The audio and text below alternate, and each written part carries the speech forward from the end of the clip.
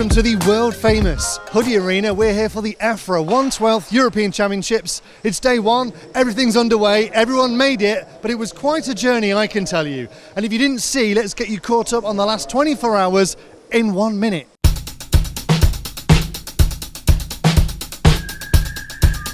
We've got to get like a whole TV studio into 2 suitcases. So after hours of meticulous planning, weighing, shuffling items between bags, we ended up 4 kilograms overweight. And what did Ryanair say? Go on.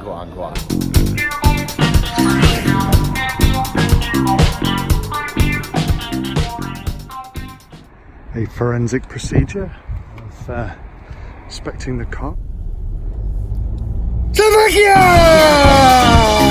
Watch as I surrender to the bright blue air. Following the waves and make it flow in me. And don't need shelter, invisible to me. Shakes the dust from the secular world. Inside it, And there's more behind the scenes adventures unfolding all the time, so if you like that kind of thing, give us a follow here. Plus we want you to get involved with our coverage this summer. We're at all of the AFRA European Championships. If you have a question, a topic you'd like us to cover, or any feedback, send me a DM and I will pass on all of your feedback and questions to anybody we meet at any of these events, and you can get involved in that way. Hello, James. Hey, how you doing? I'm great, thank you. Good. Good. You know how, like, if you're here racing, Yep. or you're a mechanic, then you can go on the hoodie tour around the warehouse? You can. Well, I was wondering if I could take the viewers on a tour myself, like a virtual tour. This again. Yeah, why not? Go on then. Awesome. So this is the Hoodie Arena. That's registration and technical inspection. This is the driver's rostrum. This is a fuzzball table. This is a very big cabinet full of trophies. This is the upstairs pit area. That's the outdoor track. Ping pong, more trophies. This is where we get the food and drink. This is the play area. This is the carpet off-road track, and this is the dirt off-road track. That's the downstairs pit area. This is where you true your tyres. And that's the 112 track. Yeah, I've been on the Hoodie tour here and it's similar to that. You mentioned the track. Is it any good? I expect so, but then what do I know? I can only assume that when a world-class racer arrives at a venue for a big event, it's a bit like this.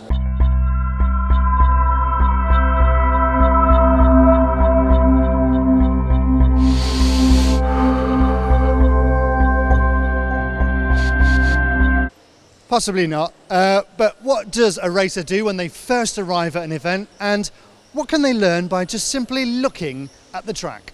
So I try to look at where are the most tricky sections, like which sections are the harder ones. Yeah, I guess in your head you're trying to simulate driving the car around the track. Take my radio in my hands and do the movement, and then just Really, without the car there? yeah, just watch. Just trying to find some good balance between the tight and the fast corners in my mind. I guess the other thing is you look at all the corners and think, which ones am I most likely to hit? And look at the spots that are dangerous. So there's plenty to take in before the cars are even laid down, and some even start working on setup. Yeah, so even before running on a track, you can make some conclusions for your setup. I tend to try not to do that. Do I need to set up the car to have more top speed or more bottom end for the infield, things like that? For me personally, I always start with like a basic setup in both classes, and I just arrive, and no matter what I see, even after the first couple of heats, I always just keep to that. It's easy to get lost in setup, and so many times I've started changing stuff too early, struggled through the meeting, and by the last run of the weekend I've ended up back on near enough what I started with. So some guys start dialing in before the cars even hit the track, others working from a base setup is the way to go. But let's go back to my original question, is the track any good? I think the layout is technical compared to what we had here previously at the Euros. Yeah, it's technical. That's why I mean difficult. It's corners everywhere. You have to turn the wheel all the time. For me, that is not my class. It's a bit difficult. Yeah? Yes, too technical. Yeah. But it's super funny to drive. So the word on the street is corners, it's technical, it's taxing, it's downright hard. Let's meet up with the guy who came up with this madness. I try to make a track dynamic, and all of the parts what drivers usually to want to drive on the track. So she can help me with everything. And do you design on a computer or on paper, or how does it work? Only on the paper. Yeah. And then when you start building the track, I make more layouts, like scratches only, and we choose one which looks best and make it. you look for speed or technical? I like more technical. I think this layout is very challenging. There's been some changes to the opening ceremony, and we're big fans of the opening ceremony at RC Racing TV. And I just wondered if you could summarise what the new opening ceremony procedure is. We've made the opening ceremony slightly briefer, kind of on the demand of the drivers, as you well know. The opening ceremony may be your favourite, but it's not the favourite of the drivers, and it's a little bit like herding cats. Gets a bit chaotic, etc. If we can just convince the drivers over a period of time or a succession of European Championships that the opening ceremony is going to be this slick, sexy, bang bang, it's all open and away you go and enjoy yourself. Maybe there's potential for pyrotechnics, trapeze artists, things like that. Do you think that it's worth us putting in a proposal for some, just to kind of go bigger with the opening ceremony? You'd like an EFRA rule to make the things bigger. We have had pyrotechnics. We had pyrotechnics in Spain. They're very popular there. Perhaps we'd miss out the artists in case that's taken too far. Well, James is here. You finally arrived, and the live stream started today. You might have seen it already. Round one, pretty much all of it went out. Focusing on modified today. We'll talk more about stock tomorrow. Okay. It's early days, only round one. What are some of the things we need to know about what happened in round one of modifying?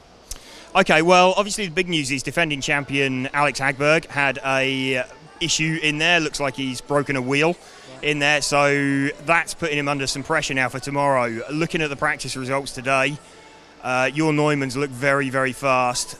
He's been making it through to the extra lap that Alex hasn't. So Alex is really having to push it to make that extra lap. It's probably the first time he's been really, really challenged for quite a few years. So he needs to have some clean runs tomorrow. First of all, to cement his place. The other thing it's done is it's elevated everybody else up a position, because you'd normally expect Alex to be in the top two. Yeah. It's given everybody else one more point than they probably would have had, so that's making his life equally, doubly hard. So I think that's going to be the big thing to watch out for tomorrow, sort of how Alex plays it. Jorn and Michael, really impressive. Do you think Schumacher's secret strategy is just to hire a bunch of off-road racers? They're class drivers, and I think they've clearly put in a lot of work with the car. It is early days, only round one, but it's worth talking to Jorn and Michael now. Let's see what they had to say. Off-road drivers, I won too, and first and third in stock, so pretty good. Of course, it feels good. Is it beginner's luck? I don't know. I don't think so. It's really good. Both cars are working great. Jorn is there in modified and stock, so the pace is good. So hopefully it continues like that tomorrow. And Jorn, you've got more years of experience with you. Michael's a bit more experienced in 12th scale. Is there going to be some rivalry going into tomorrow? Yeah, I think, of course, but at least if maybe one guy can win stock, one guy modified, then it would be nice. yeah. So we can share. Is it a deal? We'll see. All of this could mean a much more exciting Euros, because usually we just have Hagberg dominance, but he's going to be back in round two. He's probably not going to be having that problem again. So we're just going to get more intense battles, hopefully. Yeah, absolutely. You could see that Alex was already in front on the split, and then Jorn did the right thing. Jorn was making a few mistakes, getting a little bit scrappy with the pressure that Alex was applying behind him. So Jorn did get out of the way and let Alex go, and I think almost that puts a different kind of pressure on there. I think Alex was trying to get away from Jorn, because this could be one of the opportunities when the track's at its fastest, because although you're running round by round qualifying, if it comes to a tie break, your fastest time also counts. Mm-hmm. So when the track's at its coolest, so you're looking at today and probably this evening, probably tomorrow morning, they're possibly going to be the best opportunities to set a very fast time, because we saw this last year where Alex had already set the times, and it was Ollie Jeffries trying to challenge him last year, and although he could run with him, by the end of the day, the pace had gone out of the track, so he had no hope of getting near the time. So that's quite important for Jorn to set the time now. So Alex has really got to go for it tomorrow morning to try and match or beat that time that Jorn's done to give himself that good tie-break position in his pocket. Yep. Questions for Jorn or Michael or inspiration for Alex, anything you want to communicate with us, send us a DM and we'll get you involved with tomorrow's programme. Thanks for watching. We'll be back tomorrow on RC Racing TV. Watch us